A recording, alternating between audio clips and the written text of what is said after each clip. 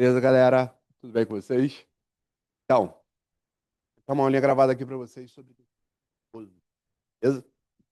Mas rapidinho. Já deixei aqui um neurônio pronto porque isso leva uns segundinhos aí para desenhar, né? Tá perdendo tempo com a gravação que você me vendo desenhar aqui. Mas, seguinte, galera.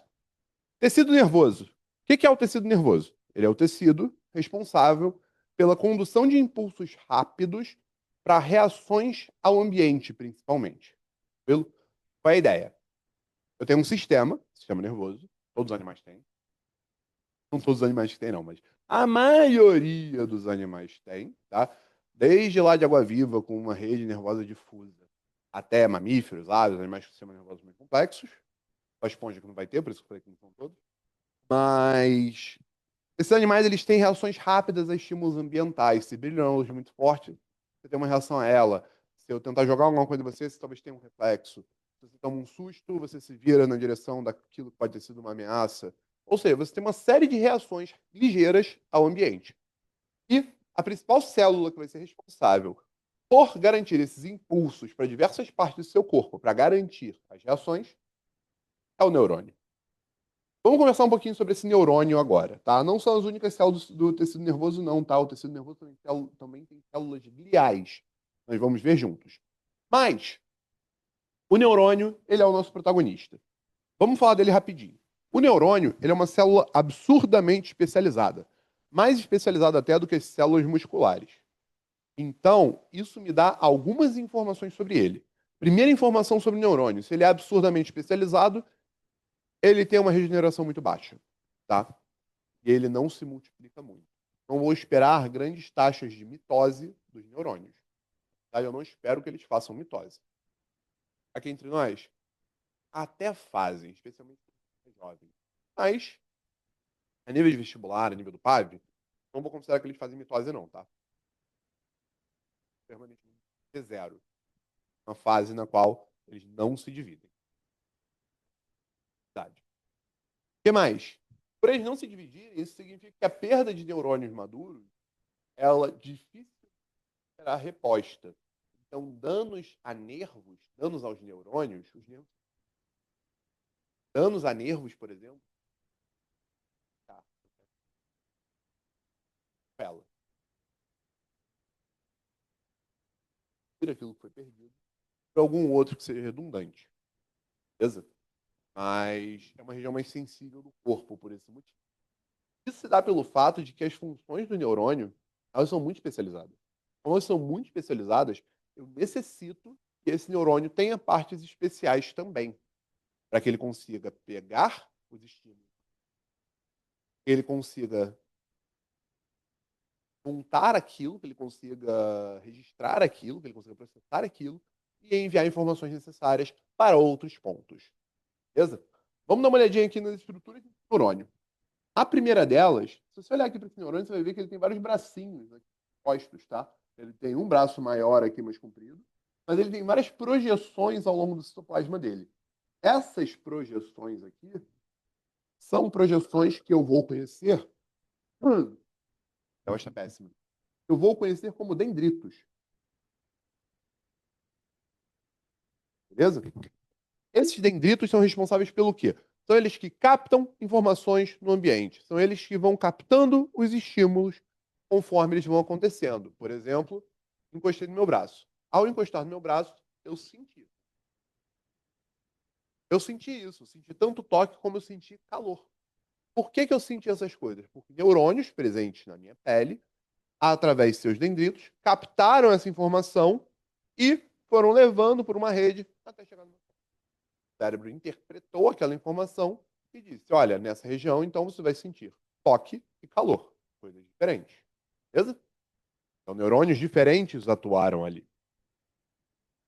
Além disso, o meu neurônio ele vai ter uma estrutura, que é o citoplasma dele aqui, essa parte mais central, que ela é conhecida como corpo celular. Também chamam de soma, tá? Mas corpo celular é um nome mais usual em português. Esse corpo celular é onde eu vou encontrar as principais organelas do neurônio, tá? É onde o núcleo vai estar incluso.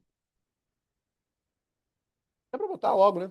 Não Dá pra gente escrever que isso aqui, essa estrutura alaranjada, vou até usar o laranja para poder ver. Posso dizer que ele é um núcleo, tá? Então o núcleo ele fica ali presente no corpo celular do neurônio. Esse núcleo ele abriga o material genético do neurônio, o DNA do neurônio, que é fundamental para o funcionamento dele. E eu tenho essa projeção maior aqui. Estão vendo? Essa projeção maior inteira, eu vou chamá-la de axônio.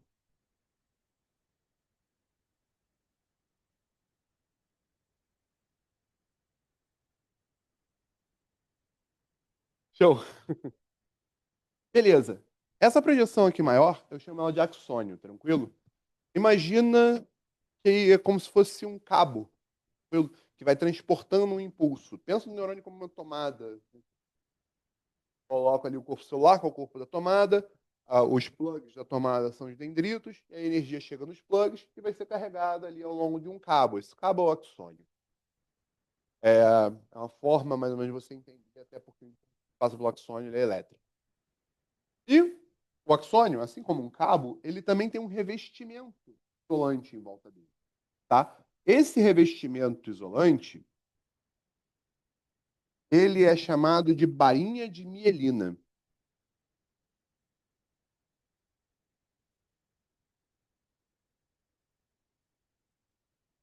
Essa bainha de mielina, ela tem lipídios na sua composição e o que que ela faz? Ela é um isolante elétrico. Ela faz com que o impulso nervoso ele tenha uma natureza saltatória. Ou seja, tá vendo que tem espaços aqui entre a bainha de mielina, uma e outra? Esses espaços, eles estão de propósito. Eles têm um nome também, tá? O nome desses espacinhos é nódulos e Ranvier.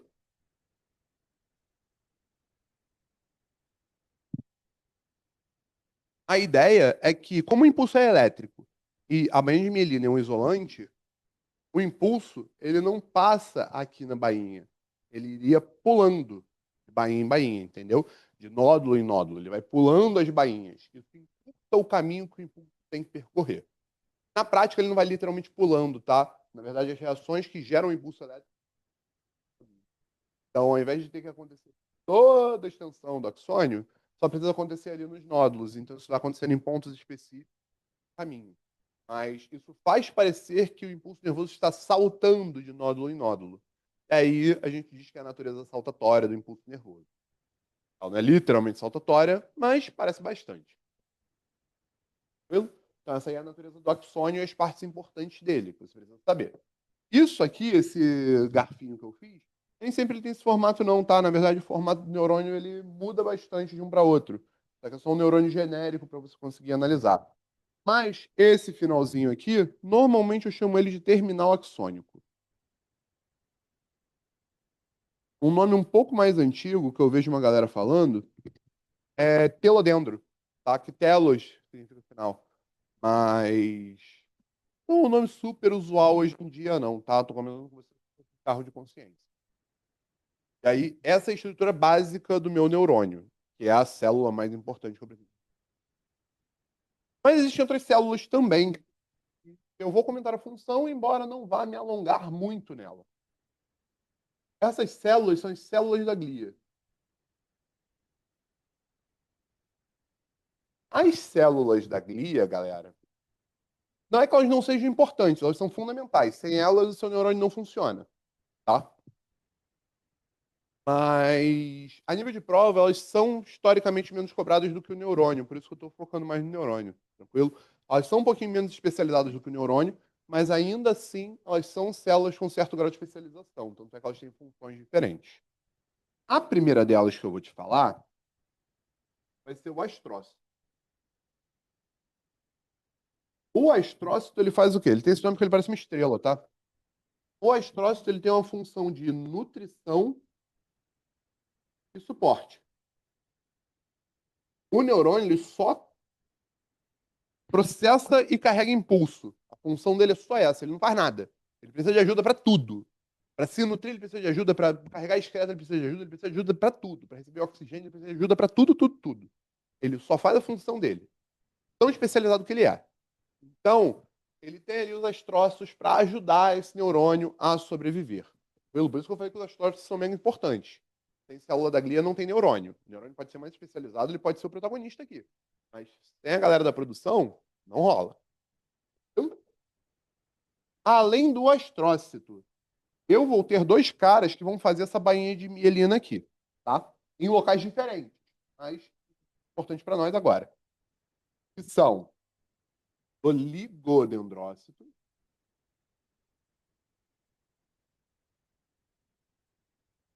e as células de Schwann.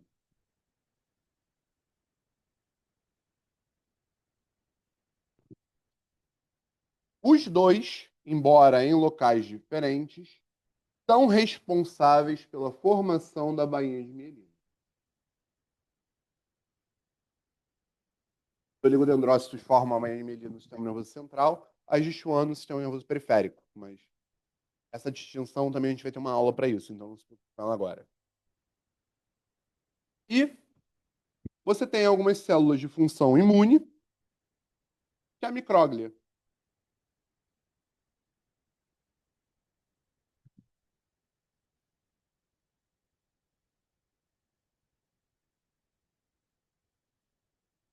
Tem uma funçãozinha mais de proteção aí do sistema nervoso. Tá? Então, a nível de célula do tecido, é isso. Acabei aqui? Não, não acabei aqui. Na verdade, tenho mais coisa para te falar. E a primeira delas é um gráfico. Esse gráfico aqui, galera, ele explica o impulso nervoso.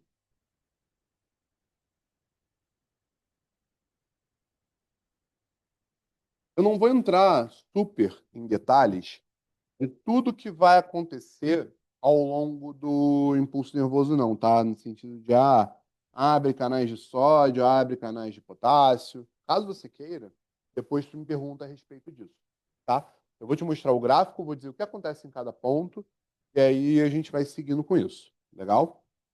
É um gráfico de milivolts, porque é elétrico, por um gráfico de tempo. Viu? O tempo meu y vai ser milivolts. Como vai funcionar o impulso nervoso? O impulso nervoso, conforme ele vai passando, ele vai abrindo e fechando canais iônicos, tá? O que eu preciso que você saiba? Que, inicialmente, a membrana ela é polarizada. Hélio, como assim a membrana é polarizada?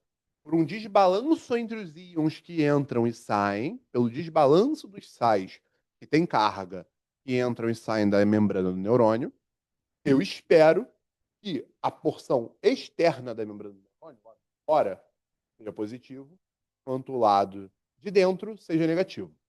Tranquilo? Então, o neurônio, no início da situação do impulso nervoso, no estado de repouso, esse neurônio está com uma natureza polarizada. Tranquilo? E aqui vai ser o meu momento A. Então, no momento A, eu espero que o neurônio esteja polarizado.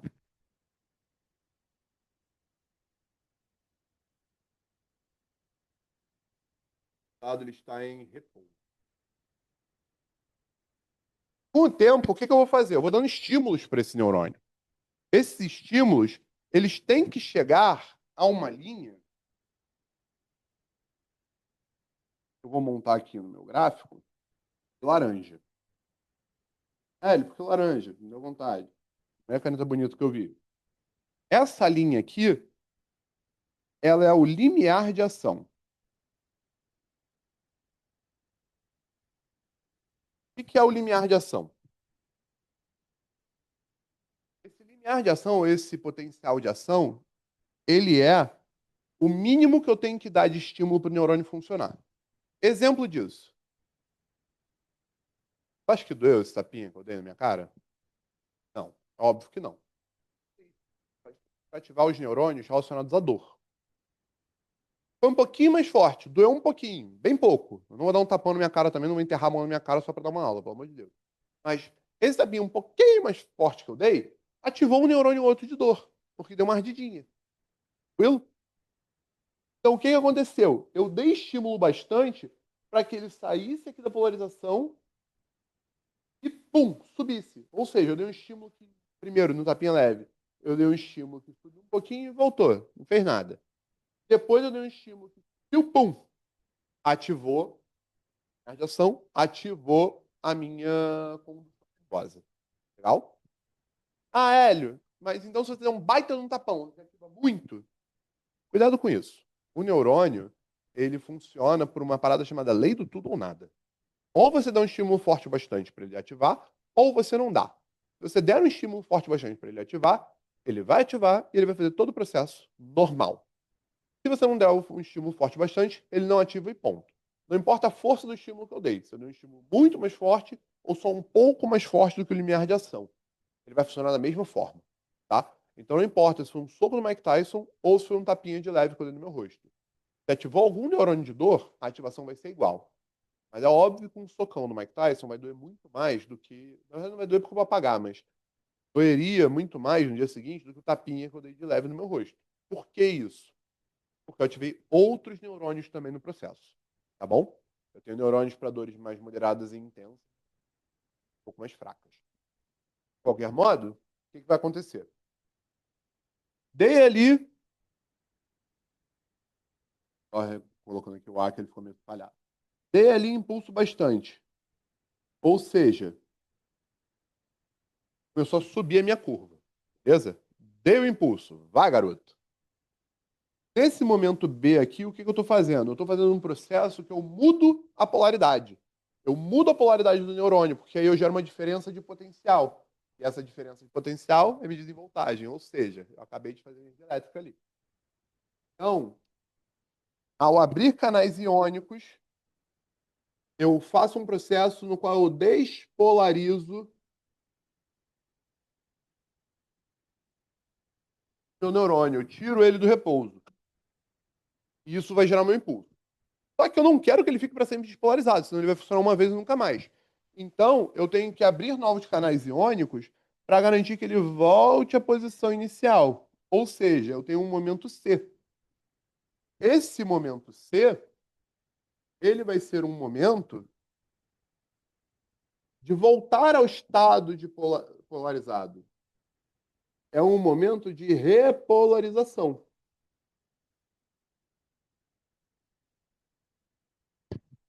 Só que essa repolarização que acontece, ela faz com que o meu neurônio abaixe muito o potencial de ação dele. Abaixe muito ele do estado original. Ou seja, em um certo momento ele vai ficar mais baixo esperado.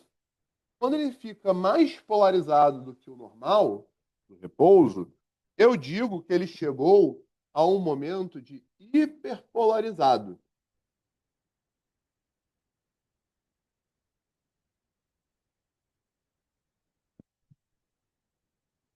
Eventualmente ele vai voltar ao normal.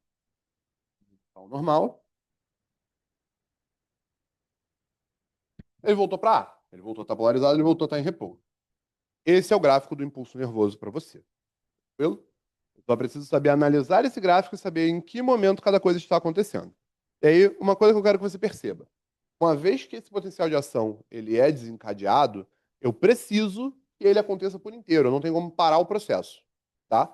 E como eu não tenho como parar o processo, isso significa o quê? Isso significa que não dá para eu estar aqui na polarização e tentar despolarizar ele de novo. Ele tem que acabar. Então, isso faz com que eu tenha um pequeno período refratário no qual eu não posso ativar de novo aquele neurônio, tá? Tudo isso acontece em milissegundos, tá? Isso aqui são coisas muito rápidas que acontecem. Mas existe um período ali depois do impulso nervoso que o neurônio não pode ser ativado de novo. Demora alguns milissegundos, ele entra em cooldown, aí depois ele volta a funcionar. Beleza? Outra coisa mega importante sobre o impulso nervoso, que esse gráfico ele até explica, mas que eu vou querer te falar.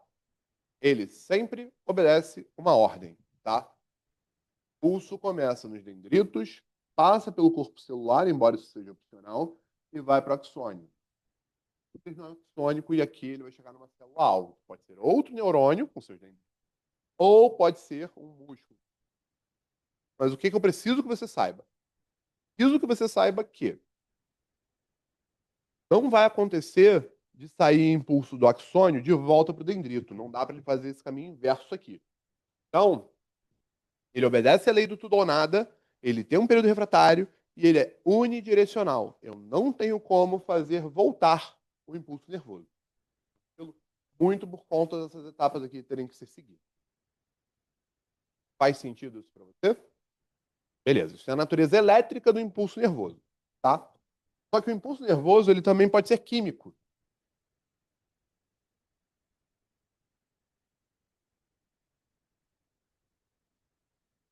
Vou nem chamar de impulso. Eu vou só colocar aqui como o neurotransmissor. Ao chegar na ponta, aqui, muitas vezes o que acontece? Para eu estimular a minha célula-alvo a executar uma função, eu preciso que o meu neurônio ele faça algumas coisas. Entre elas, ele vai começar a liberar algumas vesículas, tá? E aí, o que acontece quando ele vai liberando essas vesículas aqui? O neurônio, ele produz alguns mensageiros químicos. Esses mensageiros químicos, eles são chamados de neurotransmissores. Conhece alguns? Adrenalina, dopamina, serotonina.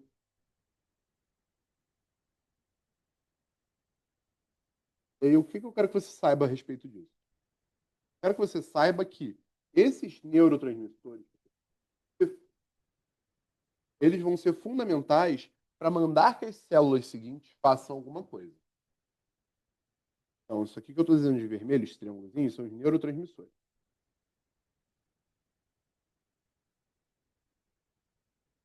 Esses neurotransmissores, o que, que eles querem fazer? Querem chegar à membrana da célula-alvo.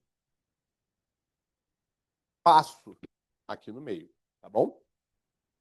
Tem nome esse espaço, Hélio? Tem nome. Eu vou, inclusive, apagar o neurotransmissor daqui só porque tá confuso. Vou escrever de novo. Pronto, aqui eu boto espaço. Aqui eu puxo o neurotransmissor. Pronto, vai ficar melhor. Então, dentro das vesículas, fora também nesse espaço.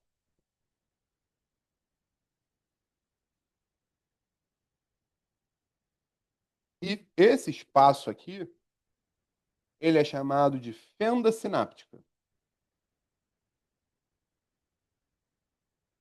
Ou sinapse, tá? Por que que eu estou soltando esses neurotransmissores aqui? Porque eu estou liberando esse troço nessa fenda sináptica. Porque a membrana da minha célula-alvo,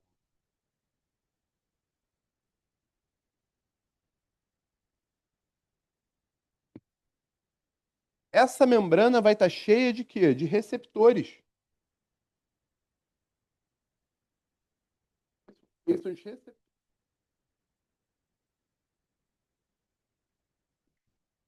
tá?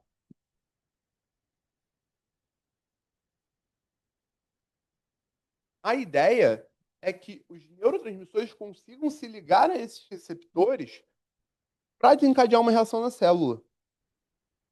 E uma vez que eles se ligam, a célula faz aquilo que ela precisa. Dando um exemplo para ficar fácil de entender. Digamos que eu quero contrair o meu bíceps, tá? Contrai. Pum, contraiu. Por que que... Ó, sinal.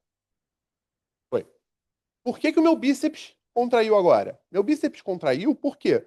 Porque o meu neurônio, mais de um, na verdade, né? Mas meus neurônios, mandaram um sinal elétrico para chegar aqui no meu bíceps. E ao chegar no meu bíceps, eles começaram a liberar sinalizadores químicos.